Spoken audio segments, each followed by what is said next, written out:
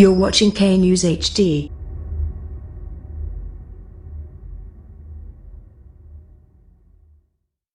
السلام علیکم، آپ دیکھ رہے ہیں کے نیوز چینل۔ خبر شامل کرتے ہیں لاہور سے۔ ہمارے نمائندے عرفان خان کی رپورٹ کے مطابق نیب نے جیو اور جنگ کے مالک میر شکیل الرحمان کو گرفتار کر لیا۔